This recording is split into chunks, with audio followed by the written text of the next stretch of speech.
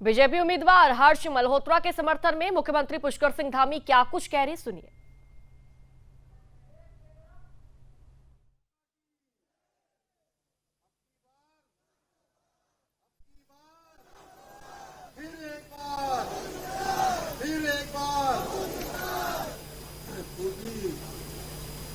दिल्ली लोकसभा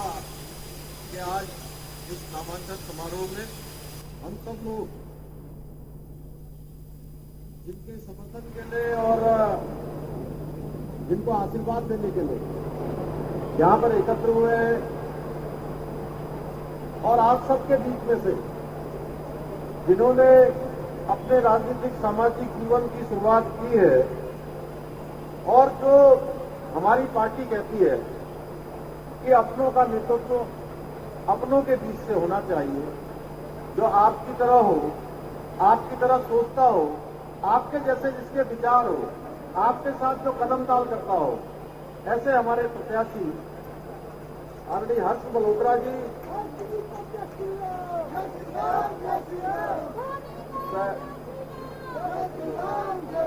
राष्ट्रीय मंत्री और सह प्रभारी आदरणीय श्रीमती अलका गुर्जर जी, कलेक्टर इंचार्ज विजेंद्र गुप्ता जी, प्रभारी पूरी दिल्ली लोकसभा अनिल गुप्ता जी, लोकसभा संयोजक महेंद्र आहूजा जी, सह संयोजक श्रीमती लता गुप्ता जी, बूथ संयोजक लोकसभा राजकुमार शर्मा जी, विस्तारक लोकसभा नरेश वशिष्ठ जी, रामश्री बसोया जी, बूथ प्रबंधन लोकसभा सौरभ शर्मा जी, प्रभारी सागरा जिला श्रीमती योगिता सिंह जी, प्रभारी मयूर विहार, ओम प्रकाश शर्मा जी विधायक, श्री अभय वर्मा जी विधायक, श्री अमित वाजपेयी जी विधायक, संजय गोयल जी अध्यक्ष सागरा जिला, श्री विजेंद्र धामा जी अध्यक्ष मयूर विहार जिला, दिनेश प्रताप सिंह जी उपाध्यक्ष दिल्ली प्रदेश, श्रीमती सारिका जैन जी प्रदेश मंत्री, श्री विनोद बखेती जी, इम्प्रीत सिंह बख्शी जी, श्रीमती रीटा पांडे जी अध्यक्ष महिला मोर्चा दिल्ली प्रदेश, ललित निगम जी मंडल अध्यक्ष, श्रीमती अलका राघव जी, दीपक गावा जी, दीपक मल्होत्रा जी, भूपेश ठक्कर जी, अर्पणा गोयल जी, कविता त्यागी जी, रीना गगन प्रकाश जी एवं मंच पर उपस्थित हमारे सभी पदाधिकारीगण, सभी पार्षदगण एवं आज पूर्वी दिल्ली और दिल्ली के आसपास से इस नामांकन समारोह में बड़ी संख्या में माननीय प्रधानमंत्री मोदी जी को तीसरी बार प्रधानमंत्री बनाने के लिए और हर्ष भाई को लोकसभा का सदस्य बनाने के लिए यहाँ आए हुए हमारे दिल्ली के सभी भाइयों बहनों, मैं आप सबका देवभूमि उत्तराखंड के मुख्य सेवक के नाते आप सबका अपने हृदय से आप सबका स्वागत करता हूं, आप सबका अभिनंदन करता हूं। भाइयों बहनों, आज मैं आप सबकी ये ऊर्जा देखकर मैं रास्ते से आ रहा था, जिस प्रकार से जैसे ही गाड़ी रुक रही थी लोग मुझे देख रहे थे और उनके अंदर से जय श्री राम का उद्घोष हो रहा था। तो मैं कह सकता हूं मेरे मन में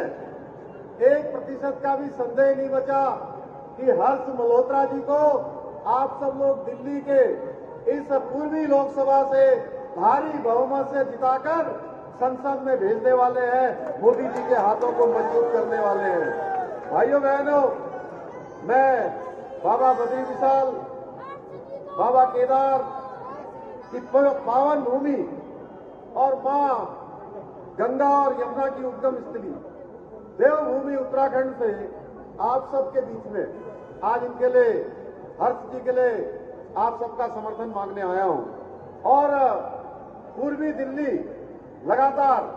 भारतीय जनता पार्टी का जनसंघ के जमाने से गढ़ रहा है। पूर्वी दिल्ली और जमुना पार के इस क्षेत्र ने आजादी के बाद से आज तक लगातार 9 बार भारतीय जनता पार्टी को सेवा करने का अवसर दिया है। एक बार फिर से 9 मई को आप सबका आशीर्वाद और आप सबका समर्थन हमारी पार्टी को मिलेगा। हर्ष मल्होत्रा जी को मिलेगा, माननीय प्रधानमंत्री जी को, तो आप ऊर्जा देने का काम करेंगे। भाइयों बहनों, हम सब जानते हैं कि आदरणीय प्रधानमंत्री जी के नेतृत्व में आज देश विकास की नई नई अवधारणाओं को, नई नई परिभाषाओं को गढ़ने का काम कर रहा है। देश के अंदर चाहे G20 का सफल सम्मेलन आयोजित करना हो, भारत की अर्थव्यवस्था को विश्व की 5वीं सबसे बड़ी अर्थव्यवस्था बनाना हो, या चंद्रयान 3 की सफलता हो, या आदित्ययान का सफल परीक्षण हो, या हम सब ने देखा कि कोरोना महामारी, जिस महामारी में पूरी दुनिया के देश अव्यवस्थित हो गए, उनकी अर्थव्यवस्थाएं चरमरा गई, इसमें भी दुनिया का सबसे बड़ा वैक्सीनेशन का काम पूरे देश के अंदर चलाने का काम हमारे प्रधानमंत्री मोदी जी के नेतृत्व में हुआ है। आज पूरा विश्व मोदी जी की जो नेतृत्व क्षमता है, जो प्रतिभा है, जो भारत का डंका बज रहा है, भारत का मान सम्मान पूरी दुनिया के अंदर बढ़ रहा है, वो किसी से छुपा हुआ नहीं है। भाइयों बहनों, हम सब गौरवान्वित हैं कि आज भारत विश्व का सिरमौर बनने की दिशा में आगे बढ़ रहा है। भारत आज दुनिया का नेतृत्व करने की दिशा में आगे बढ़ रहा है। आप सब जानते हैं, ऑस्ट्रेलिया जैसे देश के प्रधानमंत्री भी मोदी जी को कहते हैं मोदी इज द बॉस। भाइयों बहनों, ये सब आपके एक वोट की कीमत है, जिसने आज भारत की तस्वीर और भारत की तकदीर को बदलने का काम किया है। आज भारत विश्वगुरु बनने की दिशा में तेजी से आगे बढ़ रहा है। स्टार्टअप इंडिया हो, मेक इन इंडिया हो, ऐसी अनेक योजनाएं जिससे भारत आज आत्मनिर्भरता की ओर तेजी से कदम बढ़ा रहा है। आज भारत दुनिया का सबसे आकर्षक मैन्युफैक्चरिंग हब बन रहा है। विश्व की हर कंपनी आज भारत के अंदर आना चाहती है। आज भारत में IIT, IIM, एम्स जैसे विश्व स्तर के अनेक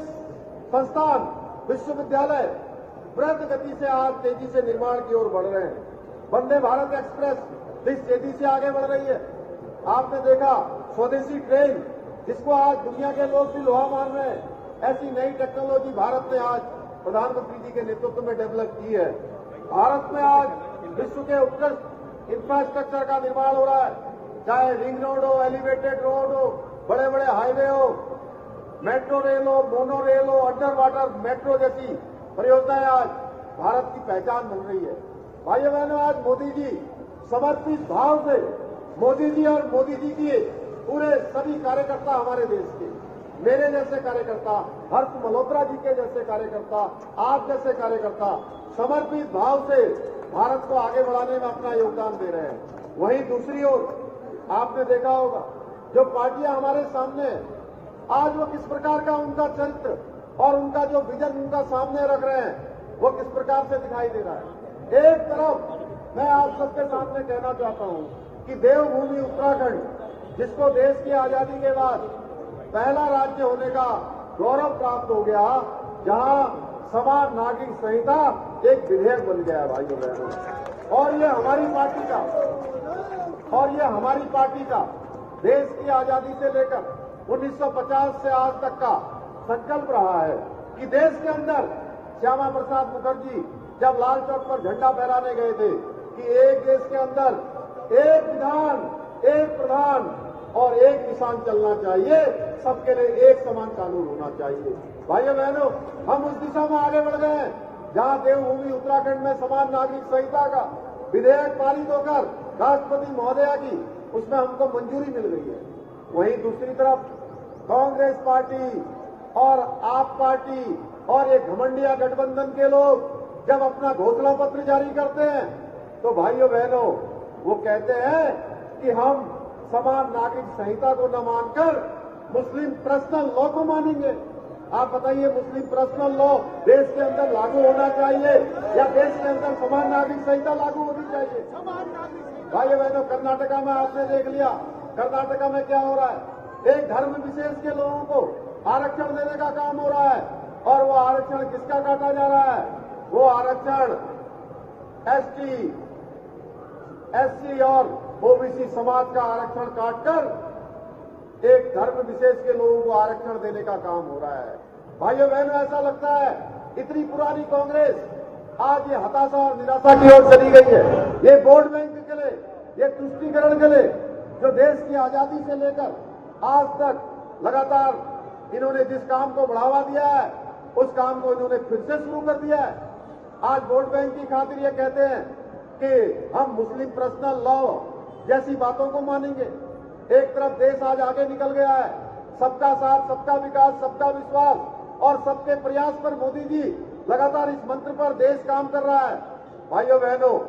जब कांग्रेस पार्टी का घोषणा पत्र आता है तो ऐसा लगता है कि ये कांग्रेस पार्टी का घोषणा पत्र नहीं है, ये मुस्लिम लीग का घोषणा पत्र है। भाइयों बहनों, भारतीय जनता पार्टी आज प्रधानमंत्री मोदी जी के नेतृत्व में, मैं आप सबके बीच में कहना चाहता हूं, किसी भी कीमत पर देश के अंदर पहले तो इनकी सरकार ही नहीं आने वाली है। ये जो गठबंधन बना रहे हैं, ये गठबंधन कोई सरकार बनाने का गठबंधन नहीं है। भाइयों बहनों, ये जानते हैं आप किस बात का गठबंधन है? ये अपने अपने अस्तित्व को बचाने का गठबंधन है, ये अपने अपने परिवारों को बचाने का गठबंधन है। ये भ्रष्टाचार